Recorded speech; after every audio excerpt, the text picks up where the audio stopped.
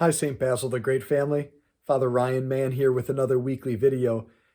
And while we're still in the Advent season, it's important for us just to begin our preparations for Christmas, not just spiritually, but practically here at St. Basil's.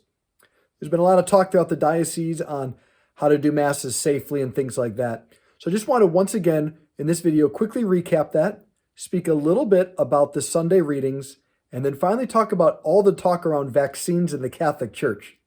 So a lot going on in a very short video. Here we go. Once again, we have two 4 o'clock masses, one in the church, one in the gym. A 7 p.m., which will be live streamed and overflow in the parish center. A midnight, an 8 o'clock a.m., and then a 10 a.m. and noon. The 10 and noon will also be live streamed with overflow in the parish center. Now, it's important to know that if you haven't been to Mass in a while here, 6 feet apart in every pew, every other pew, masks. We ask that you sanitize your hands. And because of all these precautions and many other factors, people have been safe for 9 months coming to Mass here. At the same time, I also know that if you put on nice clothes, you're journeying all the way to church for Christmas Mass, you desire to be in the church. And we're doing everything we can to get you in the church building. But please know that to keep everyone feeling safe and comfortable so that they're free to worship God, some may be asked to go to the parish center as the overflow. If you're in the parish center, please know you're still going to be able to watch Mass. We're going to live stream it. You'll be with other people, brothers and sisters in Christ worshiping, and we're going to bring a Eucharistic minister over to you so you can receive Jesus in the most blessed sacrament. So that's what Christmas is going to look like here. But maybe you're saying, I'm just not comfortable going out at Christmas time. I want to let you know the whole following week, our wonderful musicians, Nancy and Stephanie, are going to be doing music at the daily masses. 8 a.m. Mass the following week after Christmas will still have beautiful music. And so, as a church, we celebrate what's called the octave of Christmas, 1 day for 8 days. And so each morning Mass will have music, and it will be beautiful. And so if your family wants to go then, I warmly welcome you. And that way you can feel comfortable and still receive the Eucharist during the Christmas season. Second, I want to just make a mention this coming Sunday, the last Sunday of Advent, we have a reading about Mary, Joseph, and the Christ child. There's the mention of how God will enter the world definitively. And it's not through like a superhero way or a Greek god on a mountaintop. He's born into a family.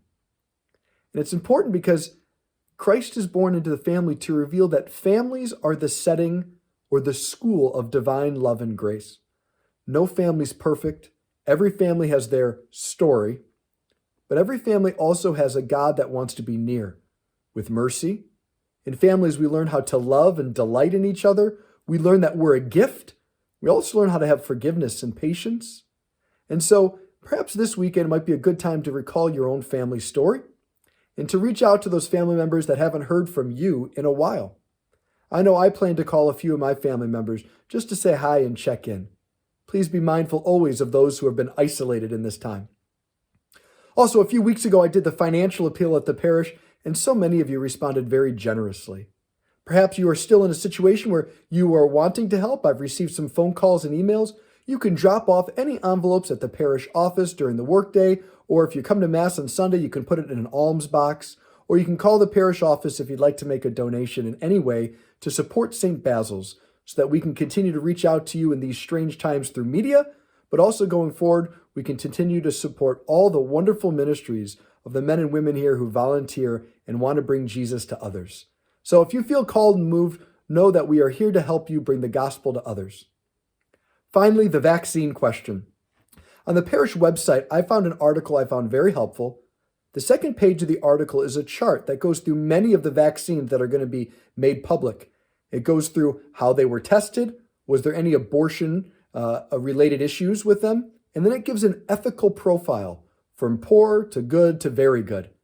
And it's important for you to know that because if a doctor wants to give you a vaccine, as a Catholic, you want to stand for what is good and stand against for what is evil. Obviously, abortion we have taught and believed and preached is incredibly evil. So we want to stand against it. And so this article written by a priest who works for the Bioethical Center of the Catholic Church, I think is very helpful. It also helps you understand some of the philosophical categories we use. We live in a fallen, broken world, and nearly every decision we make touches upon evil corporations in one way or another.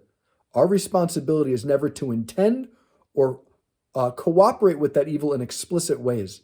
And so philosophy helps us make distinctions, and the saints and moral theology of the church helps us to stay in grace and growing in what is good.